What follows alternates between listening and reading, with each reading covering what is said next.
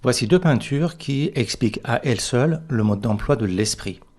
Si vous voulez savoir comment vous spiritualiser correctement et surtout comment la plupart des gens tuent l'esprit en eux sans même s'en rendre compte, alors les paraboles bibliques de Judas, de Simon et de la prostituée vont vous y aider.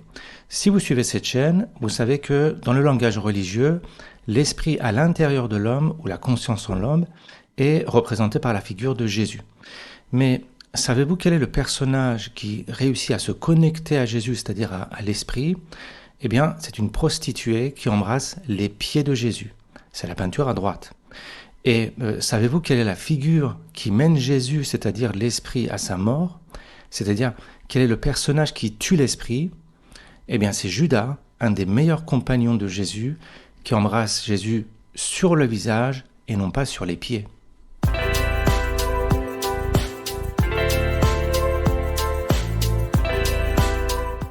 Et dans cette vidéo, on va voir que le baiser de Jésus et le fait de l'embrasser sont des symboles pour expliquer comment toucher l'esprit, c'est-à-dire comment se spiritualiser. Et je vais vous expliquer tout ça à travers quelques paraboles de l'Évangile, comme par exemple la transfiguration de Jésus sur une montagne, le reniement de Jésus par Simon avant le chant du coq, le baiser de Judas et bien d'autres. Alors attention, cette vidéo s'adresse à des gens qui maîtrisent déjà des notions spirituelles. Si vous êtes nouveau sur cette chaîne, je vous conseille de regarder d'abord la playlist qui s'appelle Introduction à la spiritualité avant de regarder cette vidéo. Il y a 3 vidéos sur cette chaîne qui sont réservées, on va dire, aux ceintures noires. Il y a celle-ci, plus une vidéo sur l'évangile de Thomas et une autre vidéo sur Jonas. Voilà, mais avant de démarrer, juste un petit rappel quand même pour bien comprendre ce que représente la figure de Jésus dans la Bible. Pour comprendre ce que représente la figure de Jésus, il faut bien comprendre comment les traditions spirituelles se représentent la réalité.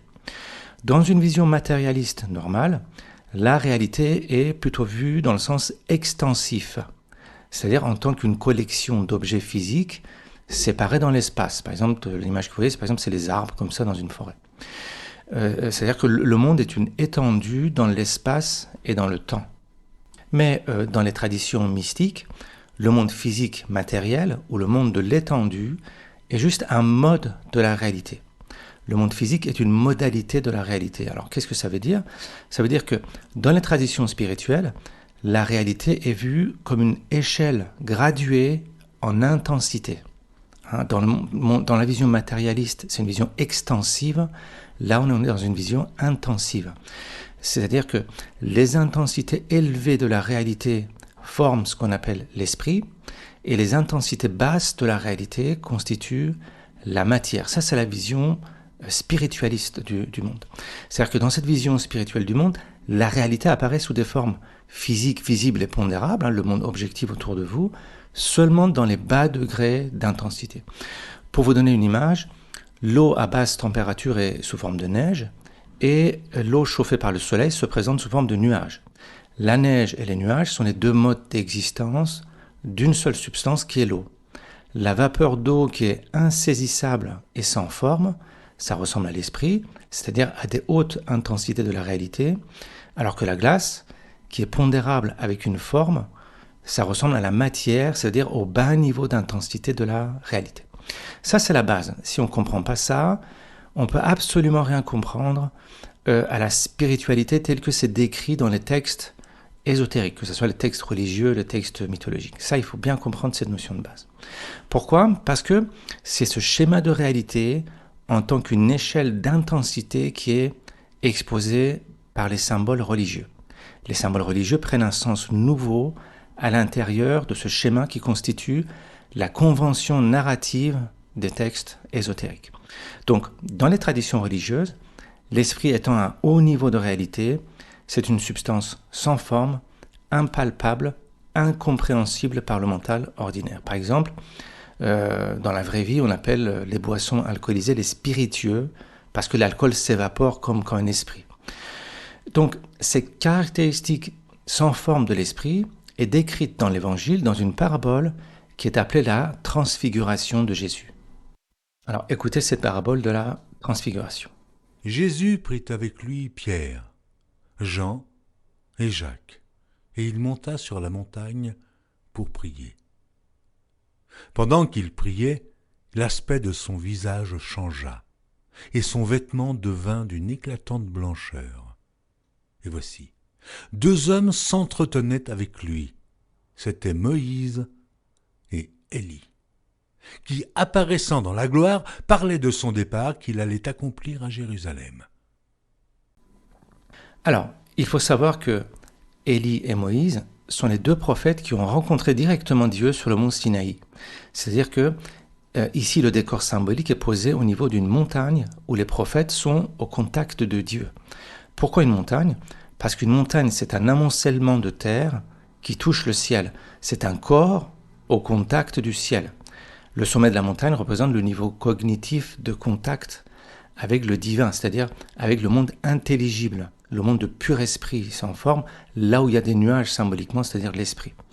Et selon la tradition chrétienne, les humains peuvent se connecter au monde divin en passant par le prophète qui est en eux, à l'intérieur de leur tête, si vous voulez, et c'est ça qu'on appelle le logos.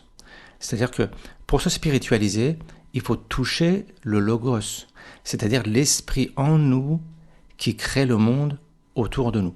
Je vous renvoie à notre vidéo sur l'introduction à la théologie, si vous voulez bien comprendre ces notions de logos, de Christ, de la Trinité, etc.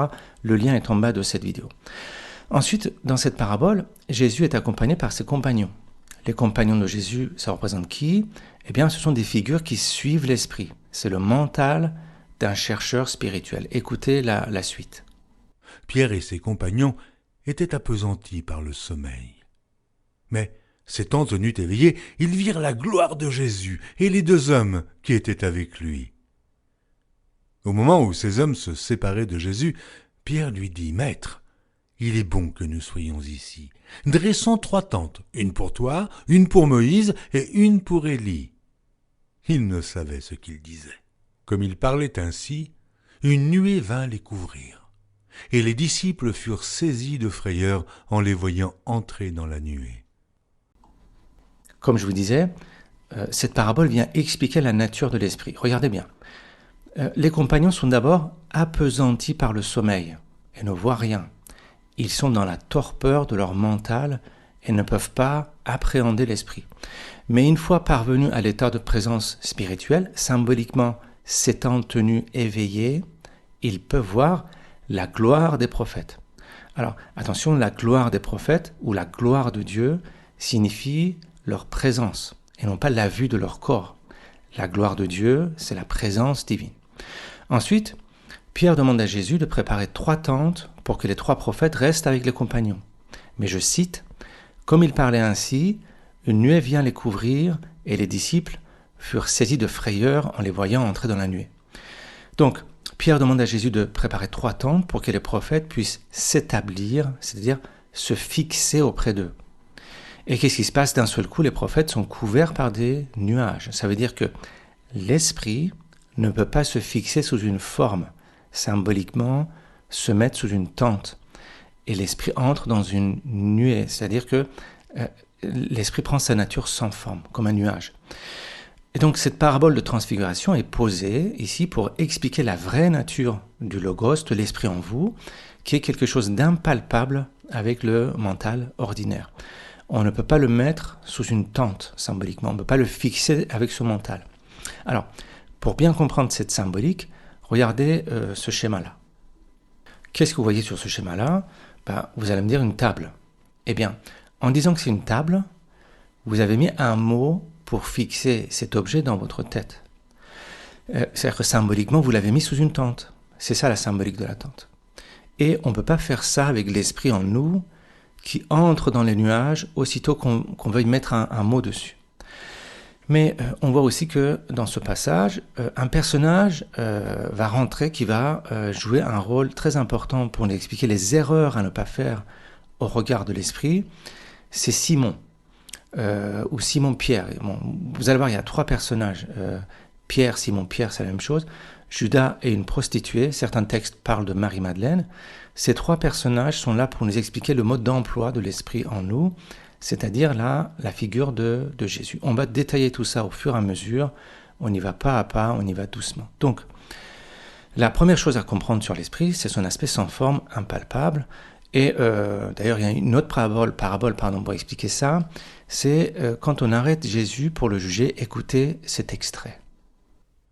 Quand le jour fut venu, le collège des anciens du peuple, les principaux sacrificateurs et les scribes, s'assemblèrent et firent amener Jésus dans leur sanédrin.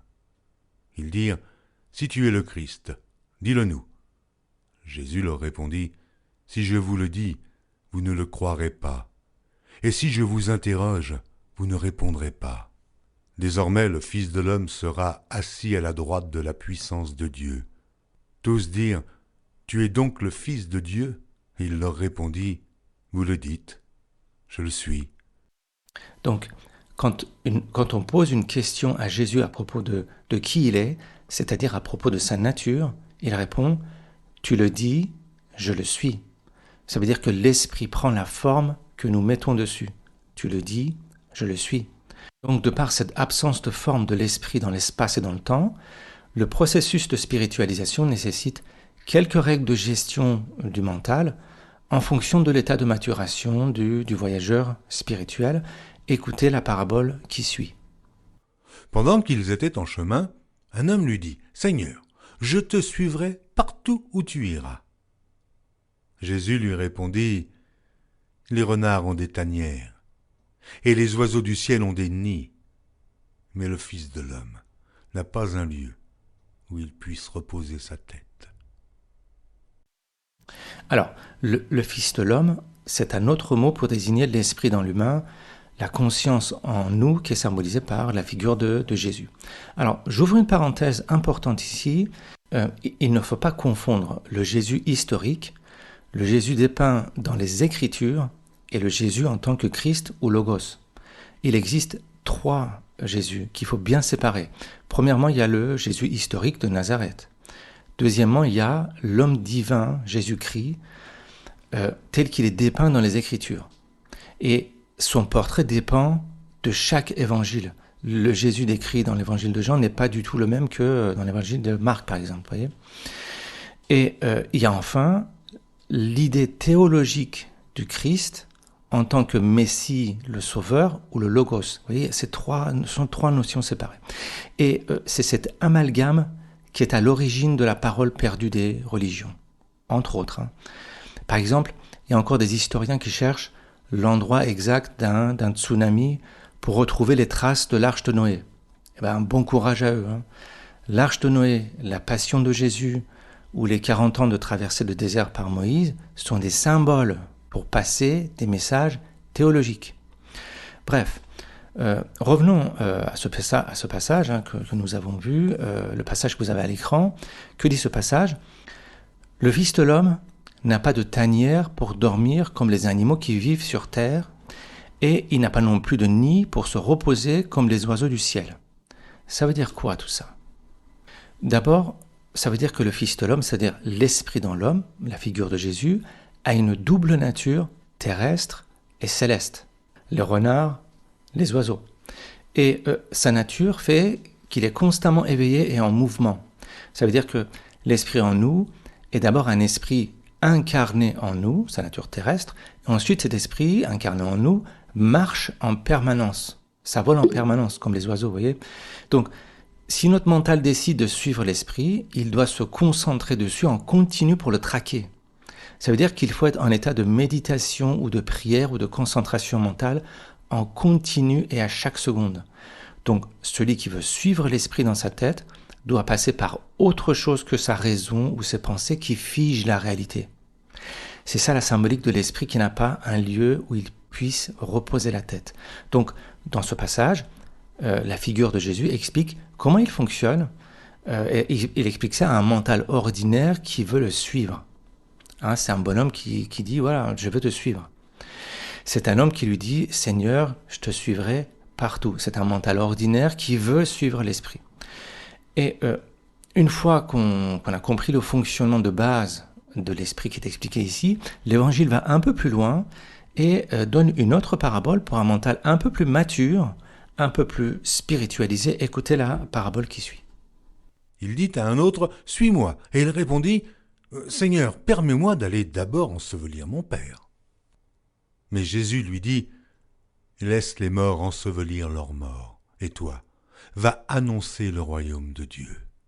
Cette fois-ci, on parle d'un mental qui est plus spiritualisé, plus mature, puisque c'est Jésus qui l'invite à le suivre.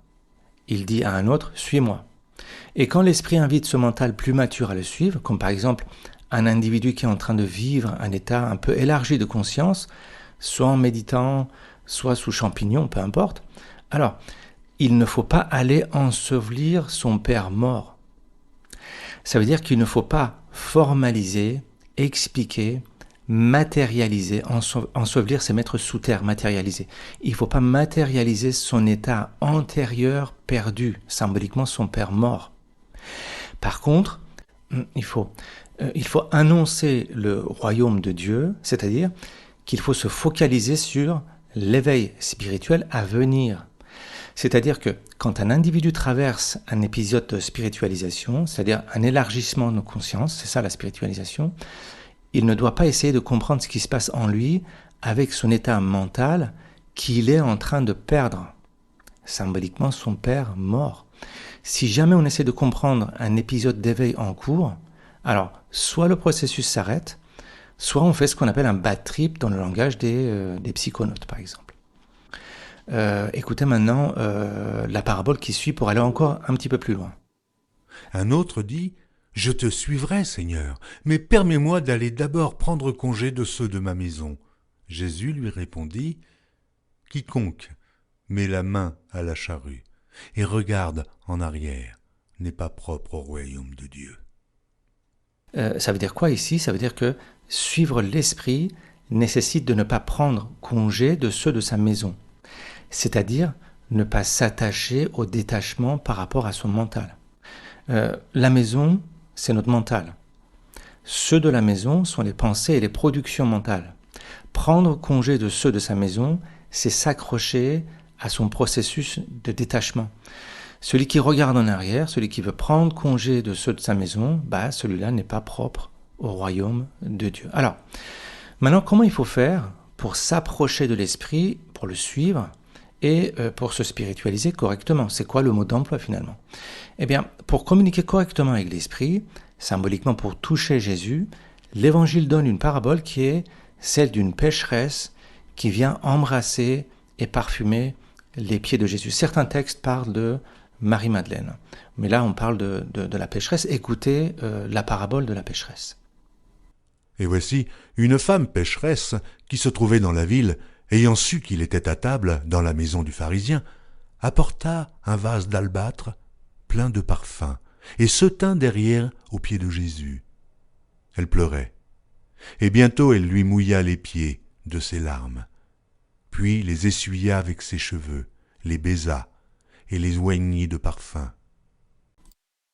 Alors, c'est quoi la symbolique d'une pécheresse? Une pécheresse symbolise le mental. Alors, les figures féminines dans la tradition abrahamique, généralement, ça représente le mental humain. Voilà, c'est ça une figure féminine. Et une pécheresse symbolise le mental qui se donne, c'est-à-dire qui s'identifie aux multitudes des formes perceptibles au lieu de se laisser pénétrer uniquement par l'esprit. C'est ça la pécheresse. Et voilà qu'une pécheresse apporte un vase d'albâtre plein de parfums. Alors, tout ça, vous voyez, c'est pas par hasard, tous ces mots-là. L'albâtre est un matériau blanc utilisé pour façonner des vases à parfum de l'époque, mais qui n'avaient pas d'anse. Ce sont des vases sans anse. Et ça veut dire que le mental désireux de spiritualité, la femme pécheresse venant à la rencontre de Jésus, et qui s'approche de l'esprit, est décrite ici avec quoi? Avec un vase blanc, c'est-à-dire avec un contenant pur, un vase d'albâtre, ça veut dire insaisissable avec les doigts, parce que ça n'a pas d'anse, c'est-à-dire que c'est impossible d'appréhender avec des perceptions, porté par une pécheresse, c'est-à-dire par le mental qui se donne à la multitude du monde sensible, et rempli de parfums, c'est-à-dire rempli de désir de spiritualité. Le parfum symbolise l'esprit dans le monde matériel, le désir spirituel. Ensuite, elle lui mouilla les pieds de ses larmes, puis les essuya avec ses cheveux, les baisa et les oignit de parfum.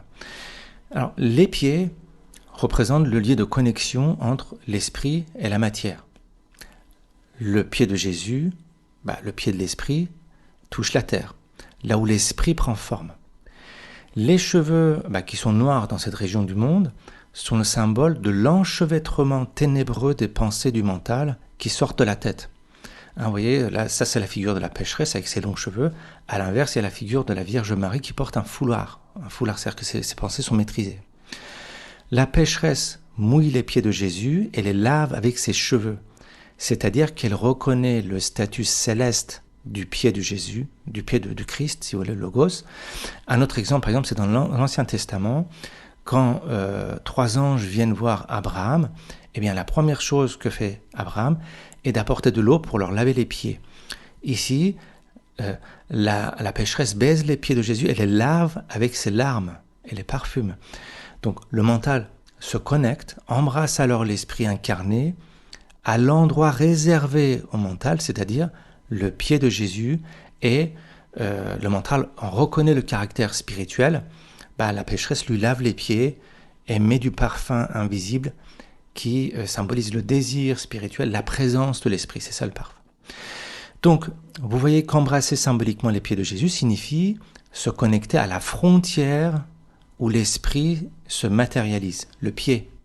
C'est-à-dire qu'il est possible au mental humain d'aller jusqu'à cette frontière entre la matière et l'esprit, mais pas au-delà.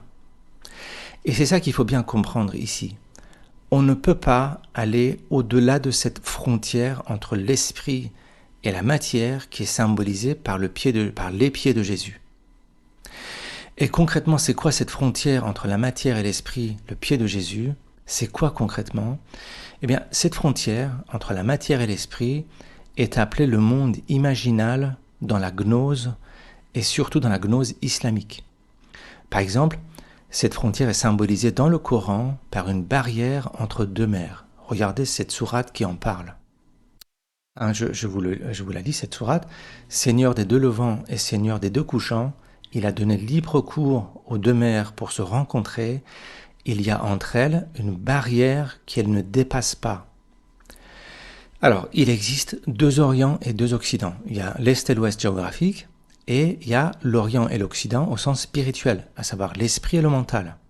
L'esprit est là où la lumière apparaît, l'Orient. Le mental est là où la lumière disparaît, l'Occident, symboliquement. Les 2 mers représentent également l'esprit et le mental qui se rencontrent, mais qui ne se mélangent pas. Entre eux, il y a une barrière. Ça veut dire que la conscience ne peut pas être appréhendée par le mental humain. Il y a une barrière infranchissable entre les 2. Et pour revenir à l'évangile, si jamais le mental humain essaie d'aller au-delà de cette barrière, pour voir la réalité avec ses yeux de mental, c'est-à-dire avec les perceptions, les intuitions sensibles, la raison, etc., alors c'est ça où les choses se gâtent. C'est comme ça que les gens tuent l'esprit en eux. La raison essentielle de la parole perdue des religions, c'est de se représenter l'esprit avec son mental. Par exemple, en essayant de comprendre un texte religieux à la lettre ou historiquement. Et cette tentative de se connecter à l'esprit avec son mental est représentée dans l'Évangile par 2 figures que sont les figures de Judas et de Simon. Ces 2 disciples de Jésus représentent les tentatives du mental humain pour comprendre l'esprit avec des outils mentaux. On est d'accord que, alors là, c'est pas très clair ce que je suis en train de dire là, mais ne vous inquiétez pas, je vais vous expliquer tout ça dans le détail. On y va doucement. Écoutez d'abord cette parabole qui parle de Simon, qu'on appelle aussi Simon-Pierre. Simon-Pierre, c'est la même chose que Simon. C'est le même personnage. Écoutez la parabole. Et Jésus envoya Pierre et Jean en disant « Allez nous préparer la Pâque, afin que nous la mangions. » Ils lui dirent « Mais où veux-tu que nous la préparions ?» Il leur répondit « Voici, quand vous serez entrés dans la ville, vous rencontrerez un homme portant une cruche d'eau. Suivez-le dans la maison où il entrera. Et vous direz au maître de la maison, le maître te dit, où est le lieu où je mangerai la Pâque avec mes disciples ? Et il vous montrera une grande chambre haute, meublée.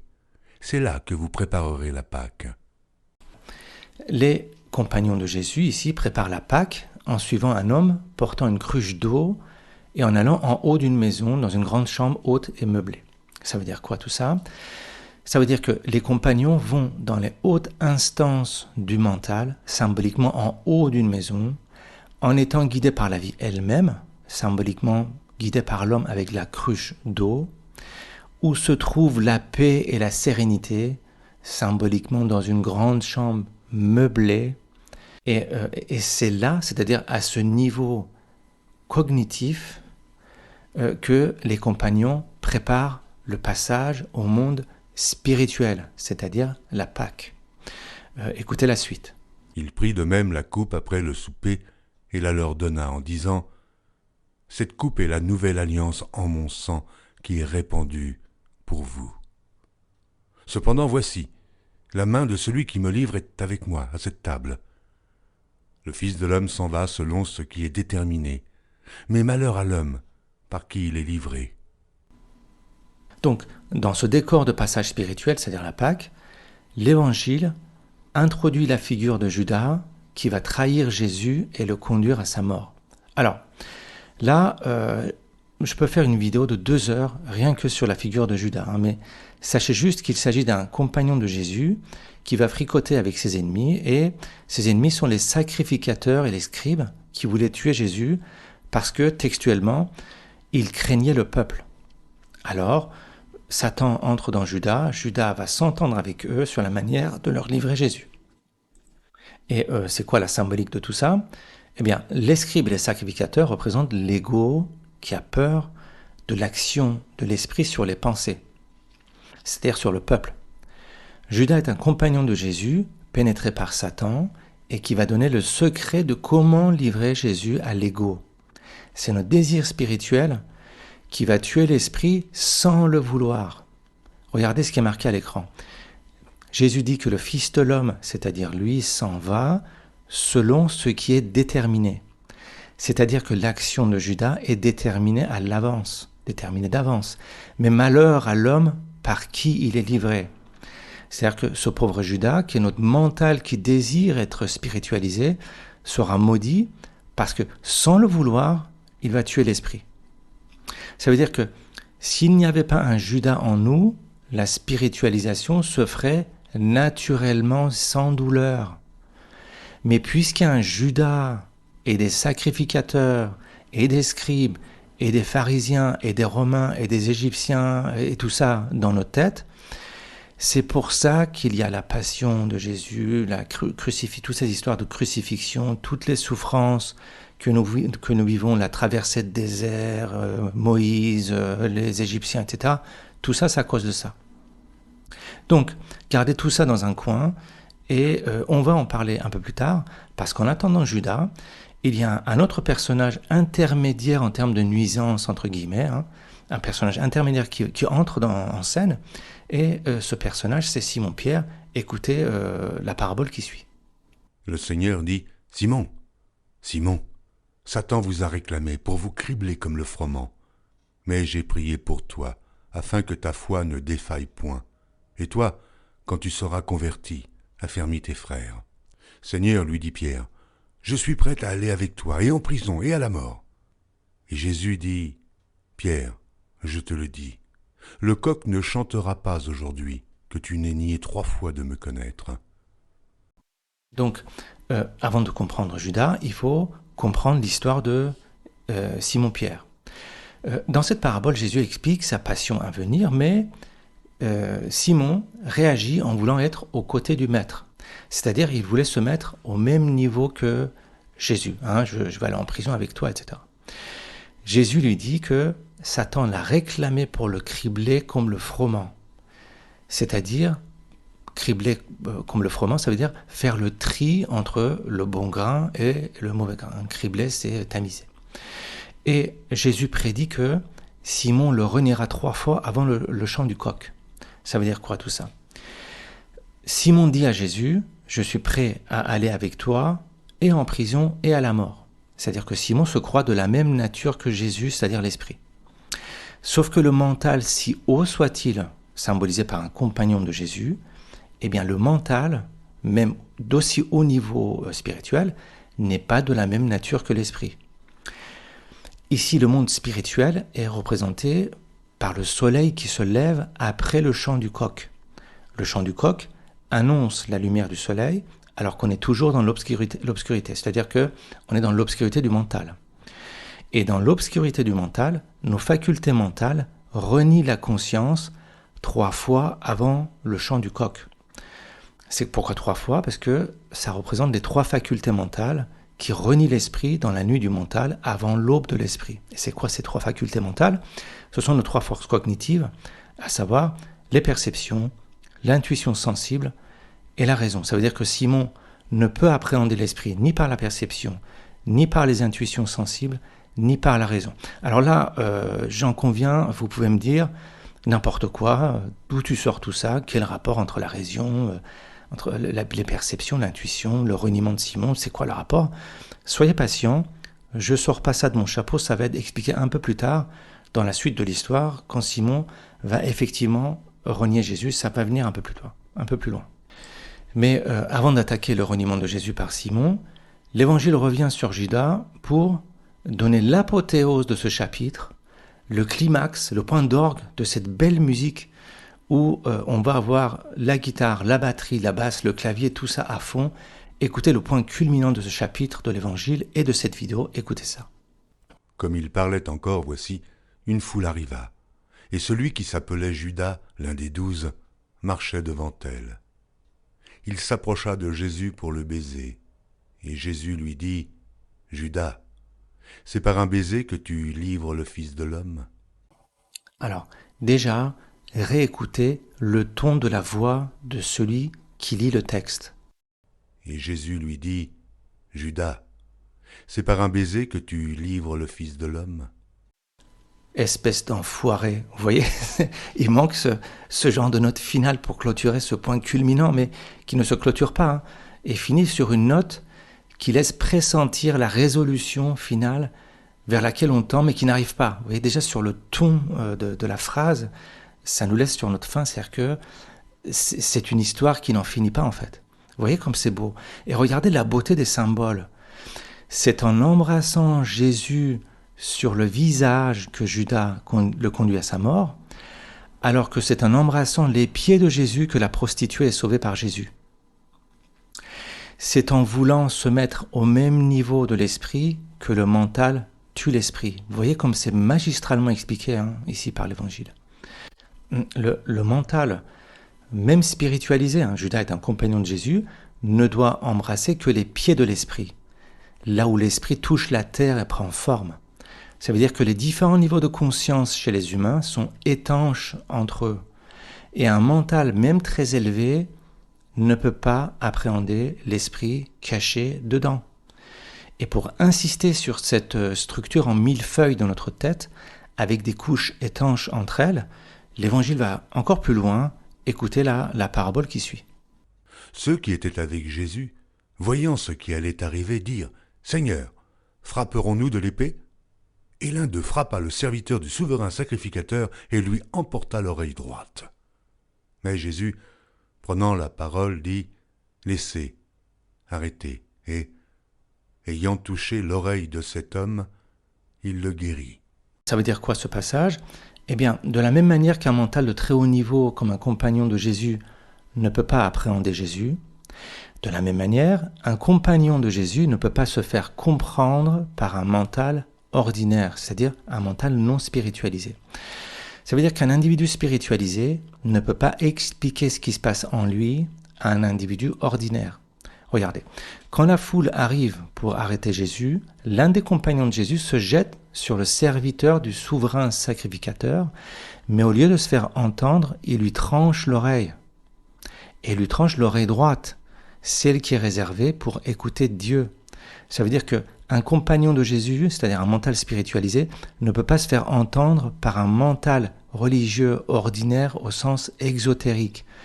Le gars était le serviteur du sacrificateur. Donc, au lieu de se faire entendre, le compagnon lui tranche carrément l'oreille droite. Alors, revenons à Simon, c'est-à-dire la figure qui veut se mettre à la place de Jésus, qui veut se mettre au même niveau que Jésus. Regardez ce qui lui arrive. Après avoir saisi Jésus, ils l'emmenèrent et le conduisirent dans la maison du souverain sacrificateur. Pierre suivait de loin. Ils allumèrent du feu au milieu de la cour, et ils s'assirent. Pierre s'assit parmi eux. Alors, au niveau du décorum symbolique déjà, on est dans le palais du grand prêtre, on est dans le mental exotérique qui veut comprendre l'esprit par des rituels et par des pensées, c'est-à-dire par la cognition mentale ordinaire. Simon-Pierre, c'est-à-dire le mental spiritualisé, se met au milieu de la cour, autour d'un feu la nuit. Il se met au centre du mental ordinaire exotérique, près du feu qui éclaire la nuit du mental ordinaire, c'est-à-dire au milieu des pensées, des perceptions, des intuitions, qui éclairent un petit peu la nuit du mental. La suite maintenant. Une servante qui le vit assis devant le feu fixa sur lui le regard et dit « Cet homme était aussi avec lui. » Mais il le nia, disant « Femme, je ne le connais pas. » Et tout d'abord, une servante entre en jeu. C'est quoi une servante ? Bon, c'est une femme, c'est-à-dire symboliquement une entité qui reçoit, qui est pénétrée, et c'est une servante. Qu'est-ce qui dans notre tête est au milieu de la cour, assise près du feu de notre cognition qui éclaire la nuit du mental, qui est symboliquement une femelle, c'est-à-dire qui reçoit, et qui est servante, c'est-à-dire qui sert notre cognition, eh bien ce sont nos perceptions qui reçoivent le monde extérieur par les 5 sens et qui servent notre cognition avec ces informations reçues du dehors. Donc, la servante, c'est-à-dire la perception, observe le mental spiritualisé, c'est-à-dire Simon, sous la lumière du mental basique, à la clarté de la flamme, et elle reconnaît son intimité avec l'esprit, l'intimité de Simon avec l'esprit. Mais Simon refuse de se dévoiler de peur de subir le même sort que l'esprit. C'est-à-dire que si Simon se dévoile aux perceptions, il va subir le même sort que l'esprit, il va être tué par les perceptions. Regardez la suite. Peu après, un autre, l'ayant vu, dit « Tu es aussi de ces gens-là. » Et Pierre dit « Homme, je n'en suis pas. » Non, c'est le tour d'un homme qui intervient peu après, entre guillemets. Vous savez, dans les passages ésotériques comme ça, il n'y a pas un mot de travers. Chaque mot a une signification. C'est pas gratuit. Et qu'est-ce qui, dans notre tête, est ce coup-ci un mâle, un homme, c'est-à-dire une entité qui génère des choses, c'est ça un mâle, et qui génère des choses peu après la servante. C'est marqué peu après. C'est-à-dire peu après les perceptions.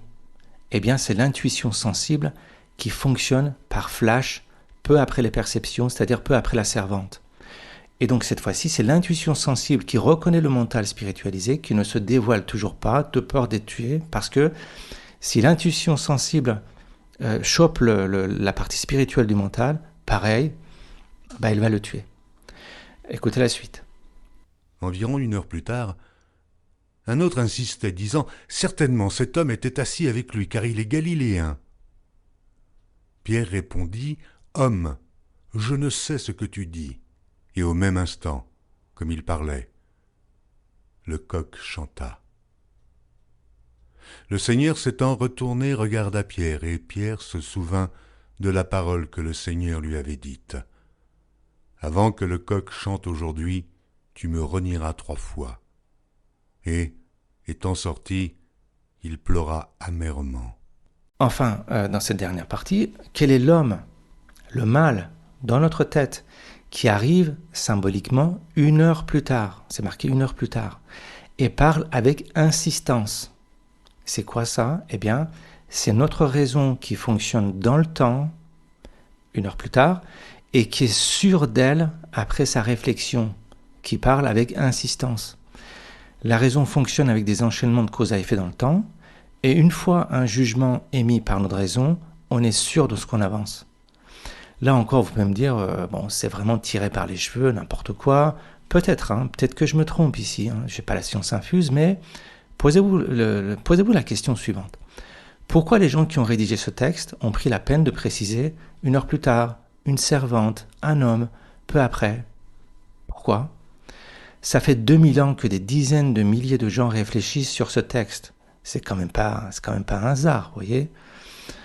Et je ne sais pas moi, prenez le mode d'emploi d'un aspirateur, vous allez voir qu'il n'y a pas un mot de travers là-dedans.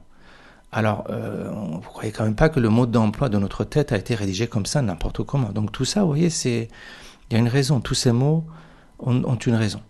Bref, Simon ne peut pas se dévoiler ni aux perceptions, ni à l'intuition sensible, ni à la raison, de peur d'être arrêté et malmené comme l'esprit, c'est-à-dire de peur d'être tué par ces états cognitifs-là. Donc, tout ça, ça nous expliquerait, si mon interprétation est juste, bien sûr, ça nous expliquerait comment on fonctionne dans notre tête. Disons que c'est le langage psychologique de l'époque qui est extrêmement symbolique, contrairement à aujourd'hui, parce qu'aujourd'hui on a des mots techniques. À l'époque, les mots techniques, c'était plus des mots symboliques. Donc, pour aller un peu plus loin dans le fonctionnement psychique, et pour expliquer encore un peu plus comment on fonctionne dans nos têtes, écoutez la suite de l'histoire. Les hommes qui tenaient Jésus se moquaient de lui et le frappaient. Ils lui voilèrent le visage et ils l'interrogeaient en disant « Devine qui t'a frappé !»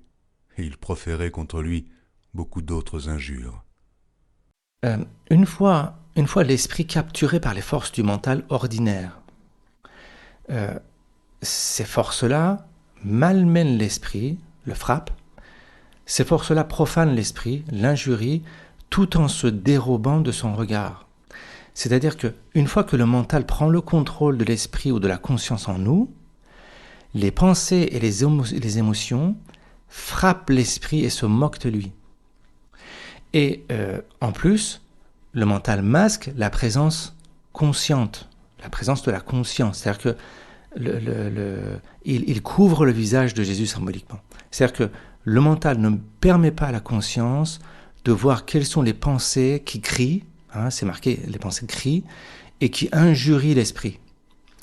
L'esprit a le visage couvert. Cette caractéristique psychique du mental qui crie et qui se cache à la conscience, c'est-à-dire qui nous malmène inconsciemment, est une caractéristique extrêmement puissante. On appelle ça la furtivité du mental. Ce sont les pensées et les émotions négatives qui se cachent à la conscience ou à l'esprit. Conscience, l'esprit, c'est la même chose. Dans le Coran, par exemple, il y a une prière contre cette furtivité diabolique du mental. Regardez la sourate qui s'affiche, dit « Je cherche protection auprès du Seigneur des hommes contre le mal du mauvais conseiller furtif. » En arabe, ils appellent ça « khannas », ça veut dire furtif. Donc, vous voyez que dans l'Évangile, toutes ces figures représentent les instances que nous avons dans notre tête. Si vous voulez, l'Évangile représente l'intérieur de notre tête, le manuel utilisateur de notre tête, un peu comme la photo qui s'affiche à l'écran. Alors, c'est quoi cette photo ? À Venise, il y a une petite basilique qui s'appelle Torcello. C'est sur une petite île à côté de Venise. Et sur une façade, il y a une mosaïque, sur toute une façade, qui s'appelle le Jugement dernier, que vous voyez à l'écran. Eh bien, cette mosaïque représente à elle seule le manuel utilisateur de notre tête. Vous voyez, comme sur cette photo, dans notre tête, il y a plusieurs étages. Ces étages communiquent entre eux, mais sont étanches entre eux. Ils ne se mélangent pas. Souvenez-vous de la sourate coranique. Il y a une barrière entre deux mers qui ne se mélangent pas, c'est ça. Les étages d'en bas représentent les bas niveaux de conscience, ou le mental ordinaire représenté par l'enfer, parce que au niveau du mental ordinaire, c'est l'enfer, voilà. Les étages du milieu représentent les niveaux intermédiaires de conscience, c'est-à-dire les gens qui cherchent à se spiritualiser, les compagnons de Jésus au contact des anges. Et enfin, l'étage suprême, c'est là où réside l'esprit en nous, le logos caché à l'intérieur de notre tête. C'est comme si dans notre tête, il y avait toute une foule de personnages qui vivent couche sur couche, les uns par-dessus les autres, sans même que nous le sachions. Et un éveil spirituel consiste à monter d'un étage et rencontrer d'autres personnes, d'autres figures en nous, alors que nous n'en étions pas conscients avant. Écoutez encore cette autre parabole de l'Évangile. Je vous le dis, en cette nuit-là, de deux personnes qui seront dans un même lit, l'une sera prise et l'autre laissée. De deux femmes qui moudront ensemble, l'une sera prise et l'autre laissée. De deux hommes qui seront dans un champ, l'un sera pris et l'autre laissé. Ça veut dire qu'au moment de l'éveil spirituel, l'esprit pur sera pris et l'ego sera laissé. Imaginons nos têtes comme un lit. Aujourd'hui, il y a deux personnes dans le même lit. Il y a notre ego et l'esprit en nous. Au moment de l'éveil, l'une sera prise et l'autre sera laissée. Vous avez vu la photo de la basilique de Torcello, il y avait toute une foule de personnages. Là, par exemple, dans cet exemple, c'est un lit avec deux personnages. Voilà. Alors, en conclusion, l'enseignement fondamental consiste à dire que si la mission de l'homme est de se spiritualiser, si l'objectif est d'avoir la tête dans le ciel tout en gardant les pieds sur terre, eh bien, le problème est que cette spiritualisation se fait cul par-dessus tête, à l'envers. Ça veut dire que les hommes se spiritualisent à l'envers.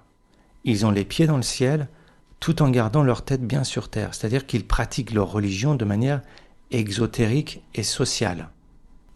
Donc, ça veut dire que, premièrement, il ne faut pas faire de la spiritualité comme si on apprenait les maths ou comme si on apprenait la philo.